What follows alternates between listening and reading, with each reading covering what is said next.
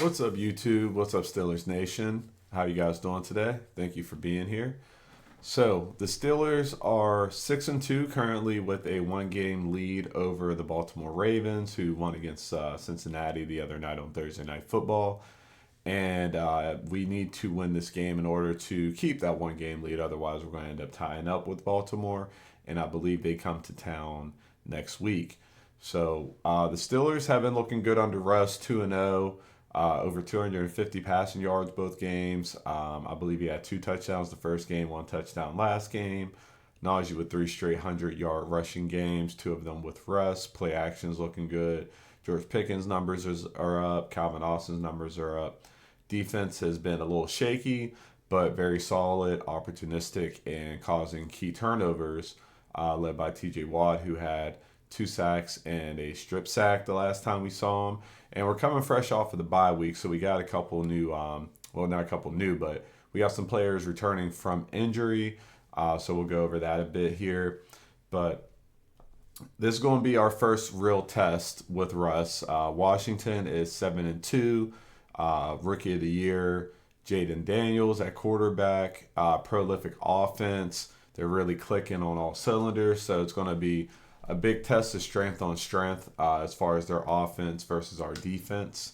And that can, honestly play out to a bit of a wash. I think we still do have a slight advantage just because of experience, but I still say our offense is better than their defense. So overall, we should still have a slight edge, but this is definitely a very serious team, and a lot of people don't want to give the Steelers too much credit with Russ because of the opponents, and they would have no choice but to respect this opponent. So if we go out there and take care of business, this will put us seriously into that contender range, according to a lot of analysts. So we'll start this off how we normally do. Shout out Zay and the Steelers. We're gonna pull up Stat Muse here, maybe. All right. So your Steelers are currently 6-2. We're first in the AFC North, and we're third in the AFC overall.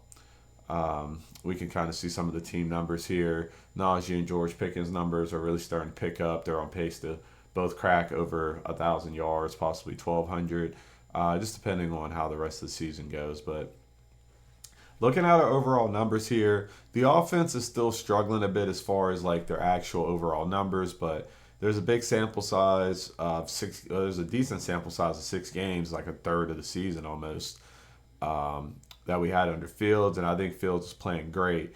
But we've noticed the whole season long as we've been looking at the numbers, they're usually in the red, somewhere in the high to mid 20s. Our yards overall, play action, our passing yards are kind of down there. Our rushing yards aren't the greatest. Our average rushing isn't the greatest. Our rushing average a game isn't the greatest.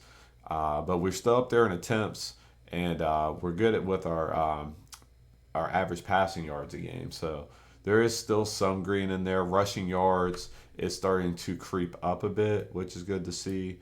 So all positive. Anyway, our bread and butter is definitely our defense.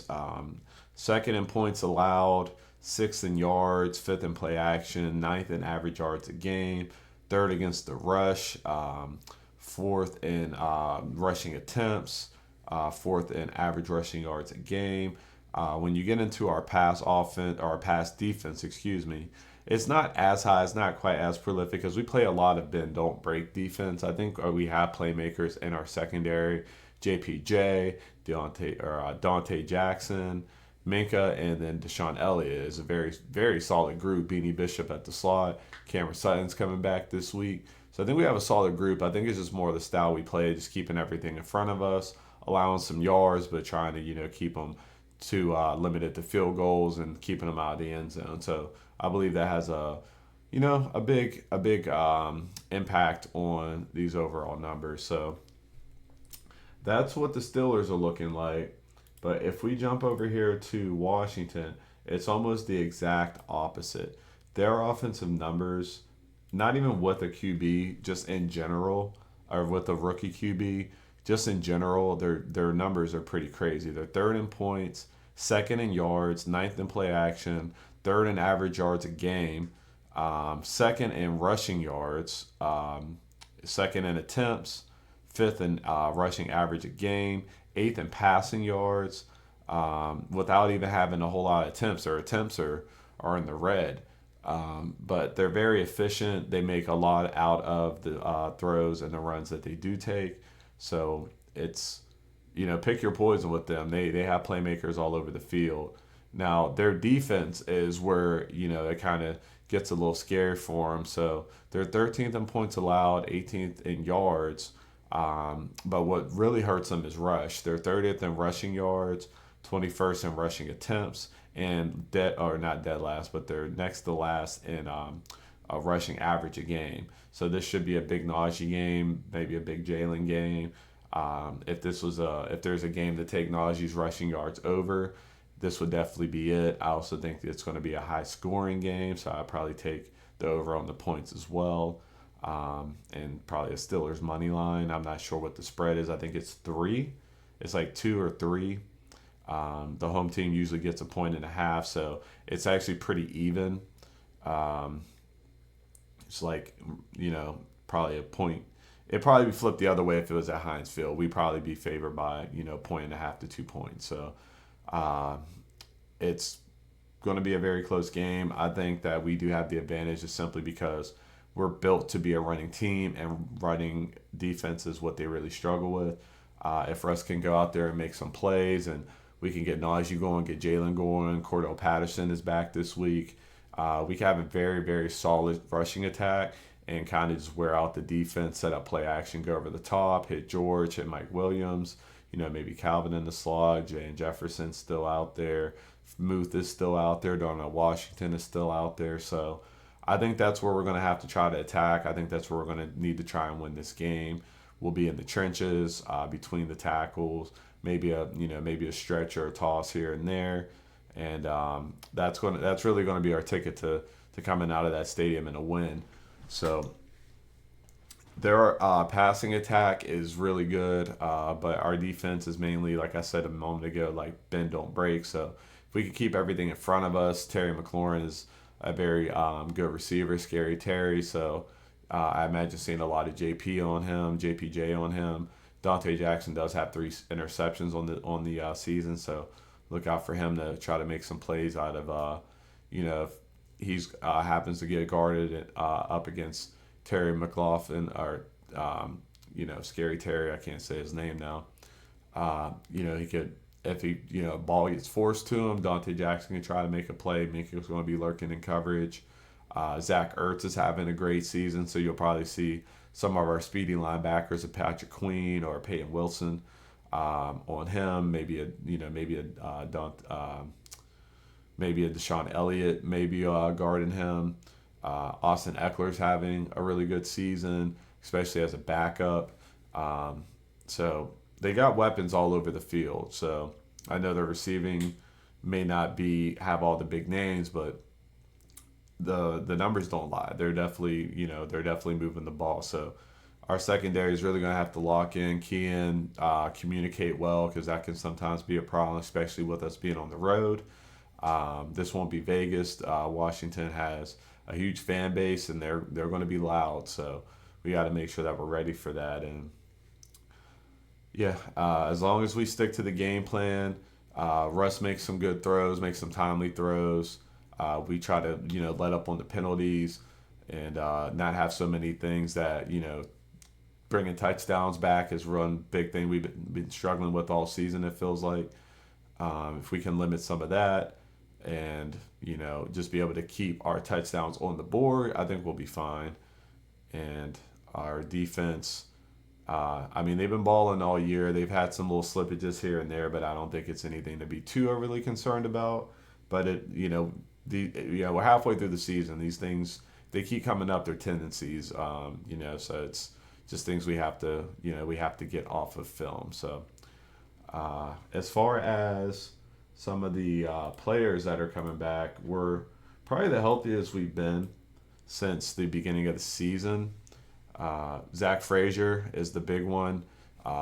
This rookie's he was having an amazing season, accolade worthy season, whether that be Pro Bowl or first team All Rookie. I can't remember how they do it in football. I might be quoting basketball there, but this dude's he was balling. He missed the last couple of games after he got rolled up on, but he's back.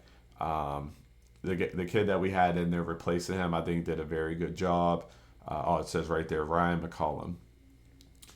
He did a very good job, very good job. But we need Zach Frazier back in there. That's our workhorse. That's our second round pick, and we want to let him finish out this strong season that he started. I mentioned Cordell Patterson is back. Cam Sutton is back off of suspension. Let's see. Nick Herbig, unfortunately, is going to be out, but I think it's more of just a precautionary thing. We just traded for Preston Smith, so I think Preston Smith is going to kind of fill in that third linebacker role, try to split carries or split reps with TJ and Alex Highsmith, try to keep them fresh, keep them ready, stay healthy for them. And Mike Williams will make his debut as well. I'm not sure how much he'll be featured, how many snaps he gets, but I think we're going to see him. I think we'll see him a decent bit as he's picking up on the playbook.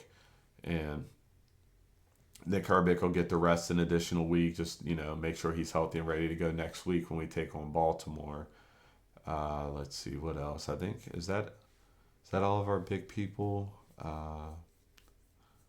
I know Roman Wilson's on IR. Let's see. Oh yeah, Dirty Red's back. Tyler Matakevich is back. Nicole Pruitt, I think he played last game. That might be everybody. I think the only person who's truly out. Yeah, the only person who's truly out is Nick Herbig. Terrell Edmonds, it's nice to see him back in Pittsburgh. I'm not going to lie. Him being out isn't as big of a blow, especially with Cam Sutton coming back. He can fill in a lot of those different nickel roles or even play some safety outside, whatever we need him to do.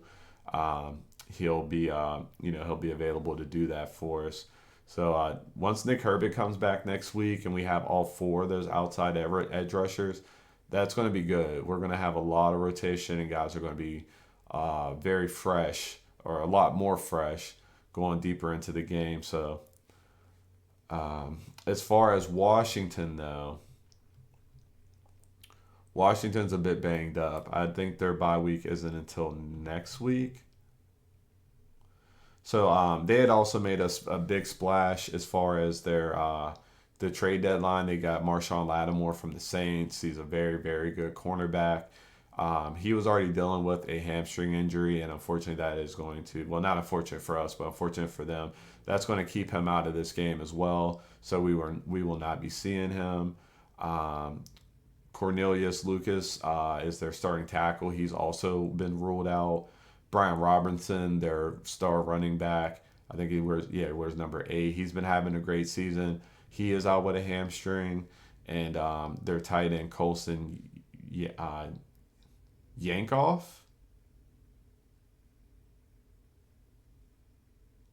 Colson Yankoff?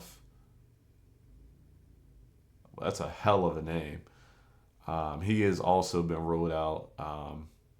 If that was a groin injury, the jokes just write themselves at that point. Golly. But their kicker is also banged up. I remember seeing that last week. I don't even know if I think he did make a kick for him. Maybe, I can't remember if it was a game winner kick. But he was hurt. I know that was a story last week. So, that's something to watch out for on extra points, or if they have to kick long field goals, or really just kick field goals at all. We may see them go for fourth downs here and there, based on the down and distance. So, or excuse me, based on the distance, we know what down it would be if they're kicking. But yeah, I think that's everything I had, though. I'll keep this video a bit short. I'll be back for a post-game reaction after the game tomorrow. But if you have made it to this point of the video, you are a real one. I do appreciate you. Please like and subscribe to the video. We really do appreciate that. We're trying to get to 500 subs, and we're really close. We need less than 40. So I do appreciate you guys. Thanks for listening to me ramble. I'm going to go ahead and get out of here, and let's get this dub tomorrow. show everybody we're the real deal. And this defense is for real, and Russ is back. So let's go. GG's, and here we go, Steelers.